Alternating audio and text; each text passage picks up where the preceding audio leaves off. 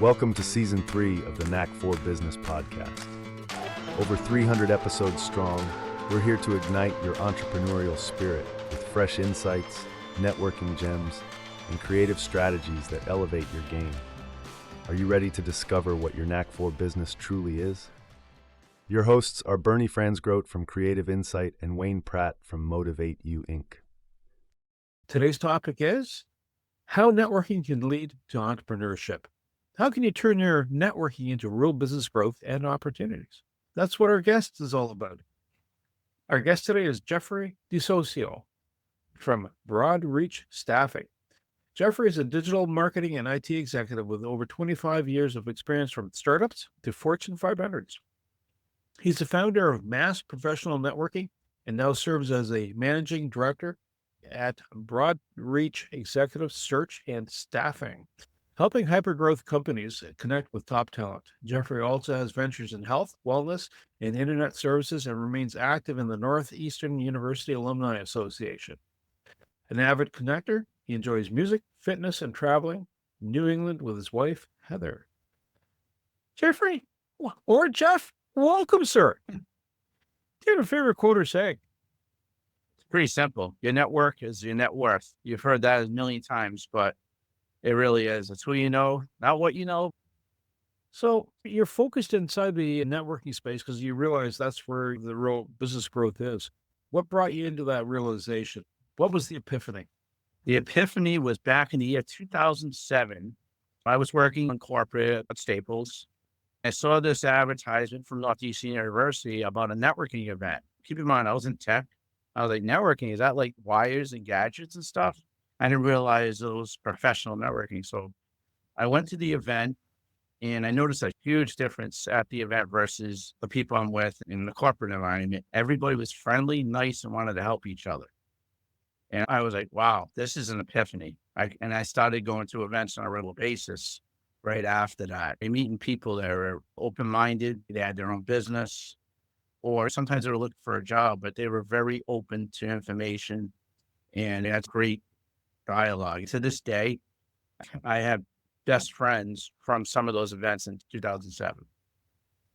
When entrepreneurs get together, especially people starting out, what do they get wrong about the networking piece? What jams them up? Stop looking at a networking event as a transaction. You're not there to close deals. You're there to meet other professionals, build relationships. One thing great about our events, Mass Professional Networking, we have a 40 or 50% attendee rate where they come to multiple events. Say I go to an event, I see you, Bernie or Wayne. Now you're starting to know and trust me. You're starting to understand what I do. And then you're more able to help each other with referrals or even do business directly. I've seen a lot of times at an event, somebody comes in giving out business cards like we're playing poker or something. And they, oh, I want to make sure I meet somebody to close a deal. And that's just the wrong approach. I've seen this over and over at events. Like if you're looking for a job, don't just say, hey, I'm looking for a job. You have to get to know people. Interestingly enough, I was one of the old school to take business cards and make sure everyone got one. I was very good at it, but it was 30 years ago, so I'll feign ignorance. How do you gauge the time it takes to build a relationship? What's appropriate? It depends. If it's direct business and, that other person has a need, it could be the second or third follow-up. Usually in sales, it takes 7 touches to close a deal. Sometimes it's a little less if there's an immediate need. So it's a referral scenario, it could be upwards of 10 touches. It's always a timing thing in business. If somebody has a need, like I sell health and wellness products too. You may not need them today, but you may need them 6 months from now. But it's just one of those things where I think it's that follow-up and relationship building over time. Then you have a nice, network. Your network's your net worth.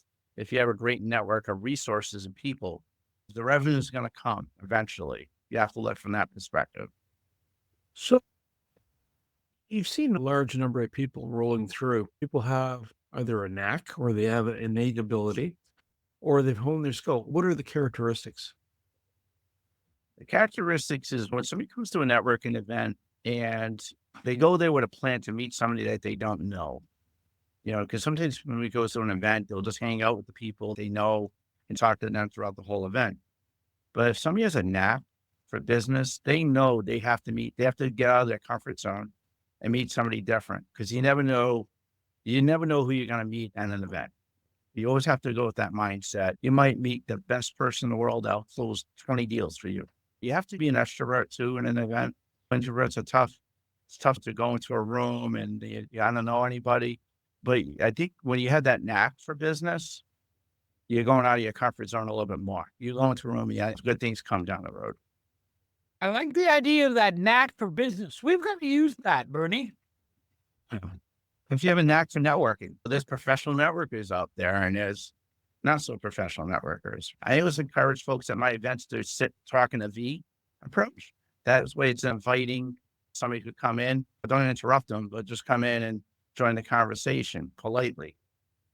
Being a bit of an extrovert, and I'm also loud. My wife assures me I'm loud.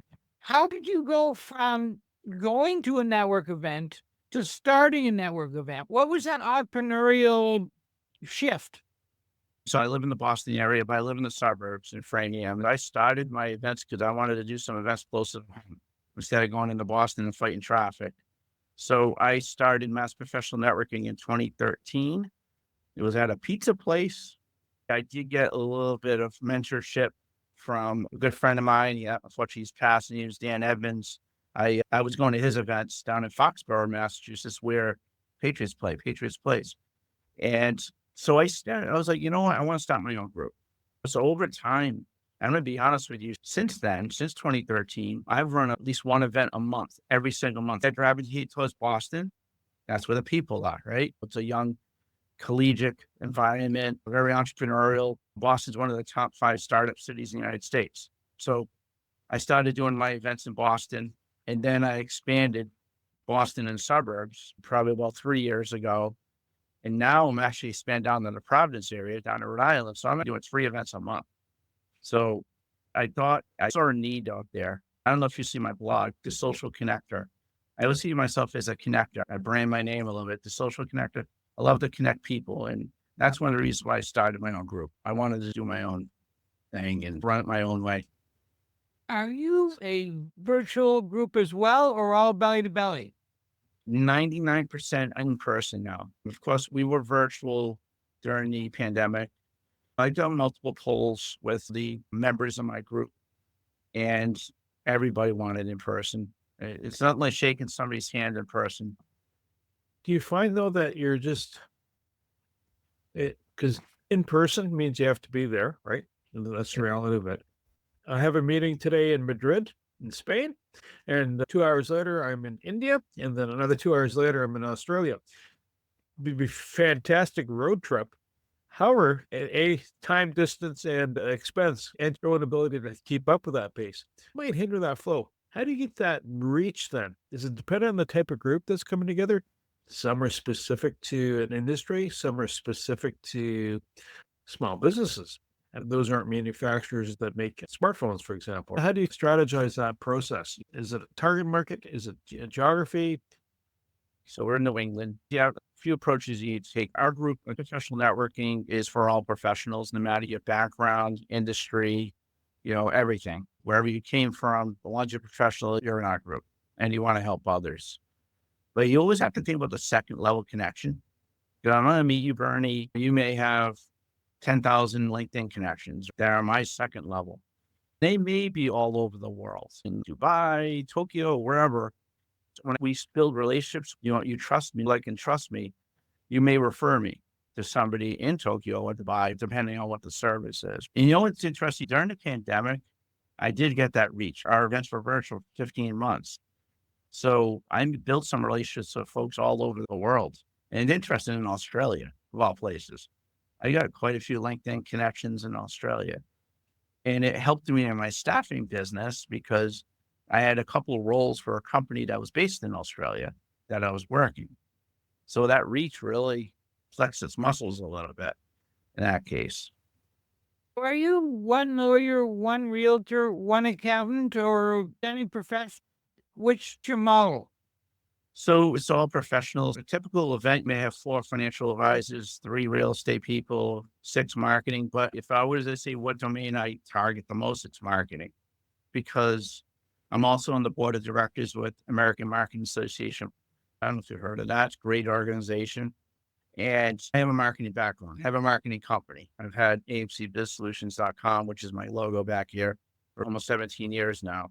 I'm like that weird tech guy. I was a tech, but I'm also marketing.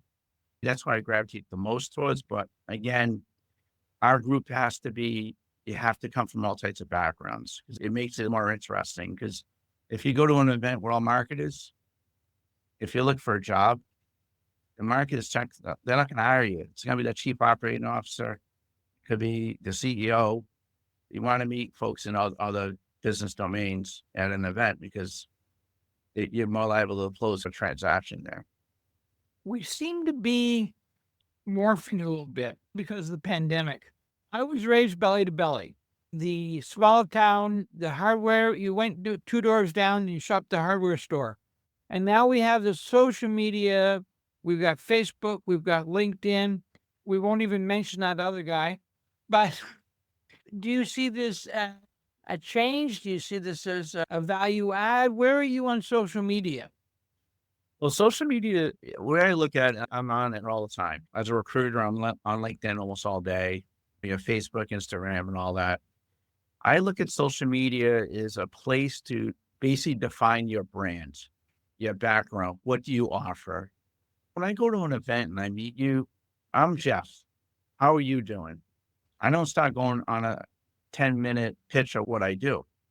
That's what your social platform should be. It should be your brand. Because you know what? If we meet each other at an event, I'm going to pull my phone out, Wayne, and say, oh, Wayne Pratt. Oh, wow, he does X, Y, Z. I'm going to see everything you do right there. So I look at social media as a place to define your brand, promote your brand. It should almost, I don't know if it should be a replacement for your pitch at an event, because you don't want to be pitching people at networking events. That's the worst thing to do. So if you're working for a company, from the networking experiences I've seen, there are life insurance folks or realtors. They usually fall under the banner of a major firm. And there's a corporate image that goes with it. It's like going in a fast food retail outlet that's franchised. There is a look, there's a feel, there's a flavor. Does that get lost, or does that person have to emulate? Obviously, they're representing somebody. But does something get lost in the translation of getting to know the person? Or is that, or should they have already been harmonized to that nature of that business? In other words, if I've been doing life or business insurance, it should be reflecting my values, but do you lose anything in that translation when you're networking? Because you got to get to know me, right? And I may have a wife, 3 kids, 2 dogs, a rooster, whatever, right? How does that shape? Does that cause conflict? Oh, no, that's okay. No, that's a great point. When you're a salesperson, people buy you. They don't buy the product or service, right? Because they want to get to know you. They want to trust you, even though the product is, I sell vitamins, right? So you can go to a local vitamin shop or you can go through somebody else, right? But I'm going to buy from Jeff because I know Jeff and I trust him. So you have to look from that perspective. When you go to an event, people are buying you, even if you work for somebody. Now, life insurance, right? You could be in sales. So your brand might be your company, right? Because you're selling the brand of the company. But let's say you're in tech or some operational role, you have to be careful there. My initial thought is this person's looking for a job. Why are they at an event? And that's the interesting thing is sometimes I'll meet an IT person or somebody in HR or whatever at an event, and they're working for this big life insurance company. And I always ask, what brings you here? That's another networking question. You don't ask, what do you do? It's what brought you here? Now, a lot of times they'll say, I'm looking for a job. In that case, they work at a big company. They're looking for a job, and it's good because now they're getting to know people, to building their network. So I always say, think you're branding yourself. It's your brand, and people are getting to know you, not necessarily the company you work for. So I'm a podcaster and I need my roof done. And Jeffrey recommends a roofer to me. And let's say it goes very badly and hard feelings and all that. What do you do to heal that, if at all? How do you be the referrer, the brand that I gave him the lead, so I will make sure it's a good lead? What do you do? I would never recommend a bad roofer. Number one. A bad dentist is okay, but not a bad roofer. Yeah, I'm very careful on my referrals too. I find out how much I know the roofer. I take review. I know sometimes reviews can be negative on Google or Facebook. You want to look at their BBB rating and make sure they're a good referral. You got to do your homework first. If it did go badly, I feel responsible that I referred the roofer to you. So I would take I would take it on myself to talk to the roofer and say, listen, you didn't do a good job for Wayne. There's a hole in his roof. It rained and there's a bucket of water in the middle of his living room. What's up? You can't be like this as a referral person and say, good luck. It's more, I personally feel responsible. And I think anyone that refers a company has to feel a little bit of responsibility, right? Because you're trusting me. Right? You're trusting that I gave you a good roofer. This almost begs the next question, because sometimes there's affiliate marketing that comes into play. And I can see that, saying an automobile sales dealership will give you a spot you $100. Maybe even more now, depending on the circumstance. How do you feel about that? What's your position on? I use certain software that says, hey, you want to be an affiliate marketer? There's certain rules. You have to declare that you're receiving money, et cetera. You can't make bogus claims. How does that fit into a networking group? Like in one networking group, there's no money exchange. It's more, I know this person, I trust the person, and I think it's a good fit. And in other instances, it's more commerce. Affiliate marketing is a blooming business these days. And a lot of companies are using that kind of sales approach versus high-end traditional sales executives and all. It's a refer. Like, I'm going to refer this gadget, right? And you buy this gadget for $100, I get $10. So I trust what Jeff is trying to recommend to me. You have to look at the problem versus the product as an affiliate marketer. Does this product solve the issue? This person wants to lose weight. Will this work for them? Oh, wait, they have diabetes, they have XYZ, they're on this type of med. So you have to get a little careful there when in the health and wellness world. I think it's more like, again, it's networking and getting to know the person, and they have a need. Oh, wow, I'm an affiliate of Isotonics or whatever. We got this great product that helps with your gut health. I'm not a doctor, but I'm going to recommend to you that take this product XYZ. And then they sell it for around $80. I get $10. It's interesting you bring that topic up. Our events in particular, I always say a quarter of the people at the events now are affiliate marketers. There's a lot of that going on now. And it's good because that's the future, I think, in the world of sales. Jeff, one thing that interests me, in my 30 years in business, there have been times when the sales were a little thin and I had to pay the visa by Friday. How do you build a long-term networking relationship that may take a year to develop when you need to pay your visa Friday? Yeah, and I see what you're saying. Like, you got bills to pay, right? And I hate to say this, but it's a numbers game. I'm in the recruiting business. We were just talking about that. We're hitting a little bit of a dip right now with clients, hiring clients. As you probably know, the economy is a little funky. Usually I try to do around 5 to 10 reach outs a day. I did 20 yesterday. You just have to up your numbers. If you're in that desperation mode, you got 168 hours in a week. You sleep for 40, you work for 40, you with your family for 30. You just have to use that time wisely and productive and build and just batten down the hatches. And another concept you got to do is qualify who you're contacting.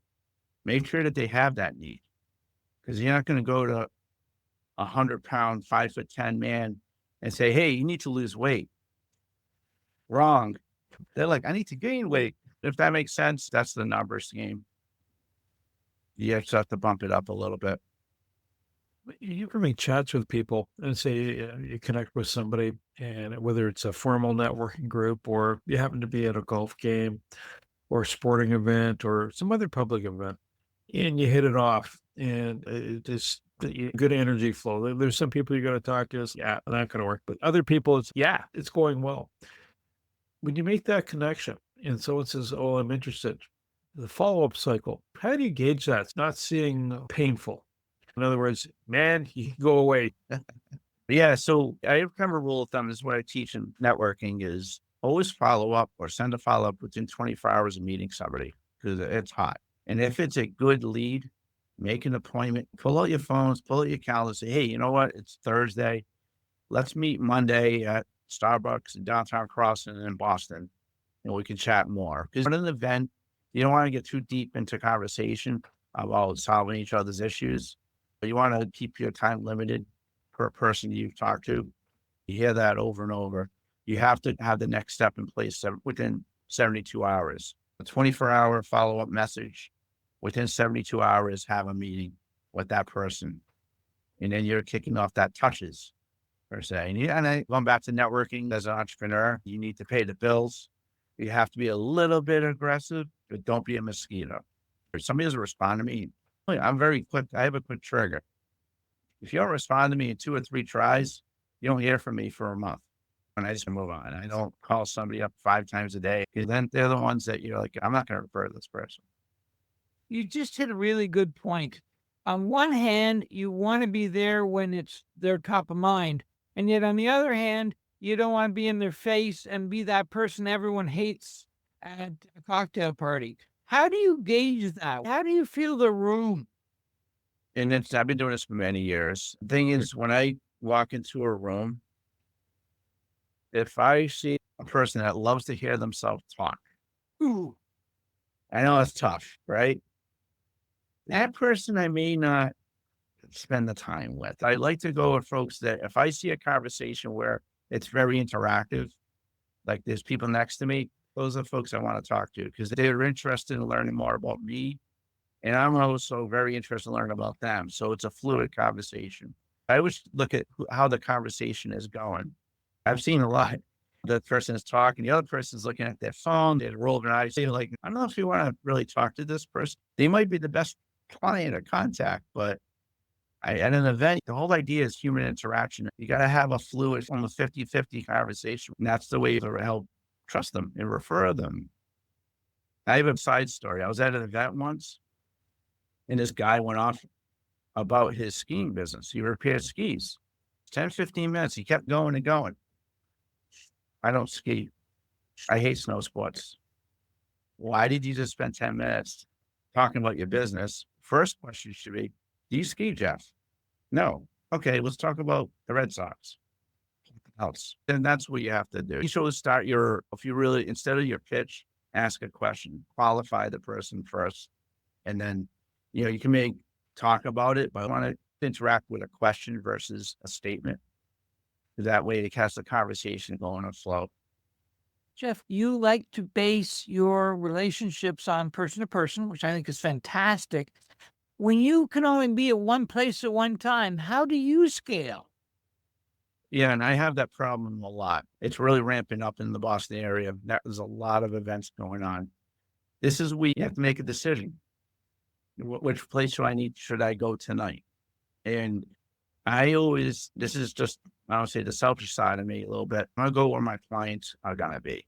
So I'm not going to go to this event to talk to Sally Joe and have a beer just to say, hey, Sally Joe, I want to go somewhere where there's potential for business or referrals. And I always have to kick my events accordingly. Some people send a designee to another event. I've done that too, where, hey, can you go to this event for me? That's all you can do, especially around here. There's a lot going on in Boston, especially in the spring and the fall with all the schools around here. Pick the event where you have the best qualified leads because those are the people you want to interact with. Would the whole process then be best defined as a sales funnel and put in with your brand strategy, your overall strategy? Would that be a fair thing to say? When you say funnel, you think of websites and the CRM and the trickle minders. And by the way, I have some people, I book an appointment with them. And the mosquito that I get out of that thing is I get a reminder the day before that, text reminder the day before that, an hour before that. And I have about 15 touch points where I'm going, looking at man, they must have been rejected a lot or people didn't show up. But it's a funnel process, right? Should people view this as part of the funneling strategy? Offline is networking. It's people interaction, human interaction, one-to-one marketing. And then online is all the different online tools, social media, email marketing, websites, contact lists, and all that. So I always say you got to do both. When you're a business, you want to diversify your lead generation as much as possible. And of course, go with what works. I'm a little biased here, but I say professional networking is number one because you know what? People, going back to people buy you, not the product or service. They're not going to get to know you from an email message as much. I love what you're offering, and I think you're bang on. We are in a city, Boulder City, in another country, quite a long way from pizza at your place. How do our listeners get help or help you? I'm a little unclear what we can do transactionally. How can we make this be more efficient? How can we make this work? So I'll give you my day job. There are companies in Ottawa, they hire people. We work internationally, so it doesn't matter. And then I'm in the website business with AMC Biz Solutions. We do websites, companies in Ottawa that need websites. And I sell health and wellness products in Canada. We have a Canadian site. So you get to know what I do. And you're like, hey, Lisa, I know a guy, Jeff, he's down in Boston, does websites, or he's a recruiter. He can help you find a couple of Salesforce engineers. The world is big, but the world is small. I like that. So you can always help. And Ottawa is only a 6-hour drive, right? So is it 6? Maybe a little bit more than that. What's that? Depends if you have a lead foot. Yeah. I know Montreal is 5. I'm actually going there this summer, but it's about a 5-hour drive. I don't know how far you are from Montreal, but 2 hours. 2 hours. So it's 7 hours. There's been cases like, hey, let's go meet in Burlington, Vermont. At least we're drivable where we are. But I see your point though, Wayne. It depends on what the person offers. If I was a car mechanic or a roofer, of course, you're not going to recommend a roofer in Boston when you live in Ottawa. E-cards changing anything? E-cards? Yeah. You talk about electronic business cards? Yeah. They already have changed. A lot of people don't bring cards anymore. I remember my early part of my networking event, I have shoe boxes of cards. Now I go to an event, I really don't have many cards. With the pandemic, I've encouraged attendees to use the LinkedIn app on their phones, scan the QR code on the LinkedIn app. Great thing about that is you're get their name and email address. Because if you're a first level connection on LinkedIn, you have some of their contact information already to do a follow-up. And you don't have a card. Cool. How many times do you give your card out and that person puts his card in the shoebox like I do? All right. And so when it's electronic, LinkedIn or CRM, I use HubSpot. Everyone that signs up for my events goes right into my CRM automatically. You want to use that online e-card approach. It's so much easier. If you're going to do a quick sum check and you have a couple tips to somebody, how do you network? You have to go with a mindset that I'm coming in there. Who am I going to help today? You may go in there and say, I want to meet 10 people today. You do want to have some sort of a KPI, like how many people do I want to meet, especially if you're in sales. It's a numbers game. You want to get leads. I'm going to meet 10 people that are leads. The mindset is, who am I going to help? Is be that positive energy in the room. When you walk into a room, that's what I love about networking events. Most 96% of folks are very positive. So you want to help people and you want to be that positive energy when you walk in a room and be that magnet, right? But if you have that mindset, you're going to be a very successful networker. How do we get a hold of you? You can catch me on LinkedIn, Jeffrey DeSocio.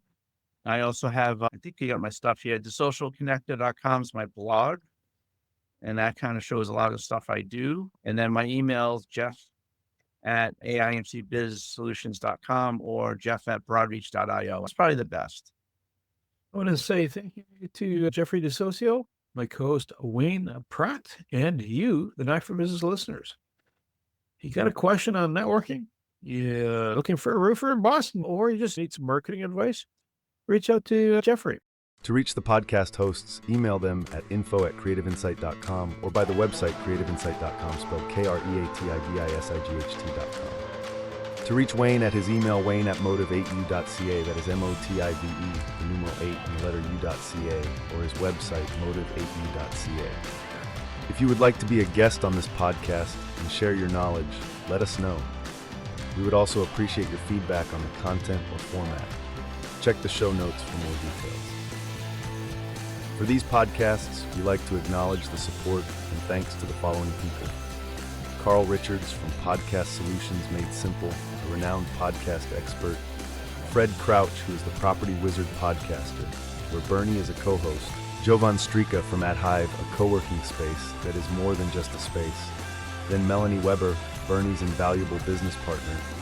And Wayne Pratt from Motivate You Inc., who serves as both a coach and co-host of these podcasts. Disclaimer, please note that the Knack for Business podcast episodes are meant solely for educational and general informational purposes. The information and opinions contained within are not intended to be professional advice on any subject matter. The thoughts, views, and opinions expressed by the participants are their own personal beliefs and do not represent the views of the podcast hosts or any affiliated organizations. It is important to note that this podcast is not a replacement for consulting with certified experts in your area who possess knowledge of your unique situation. The hosts of the podcast, along with any participants or affiliated groups, do not take responsibility for any actions taken or not taken based on the information presented in this episode. It is highly recommended that individuals seek guidance from their own personal advisors in fields such as accounting, law, or other pertinent areas prior to undertaking any actions or making decisions that may impact their financial, legal, or other aspects of life.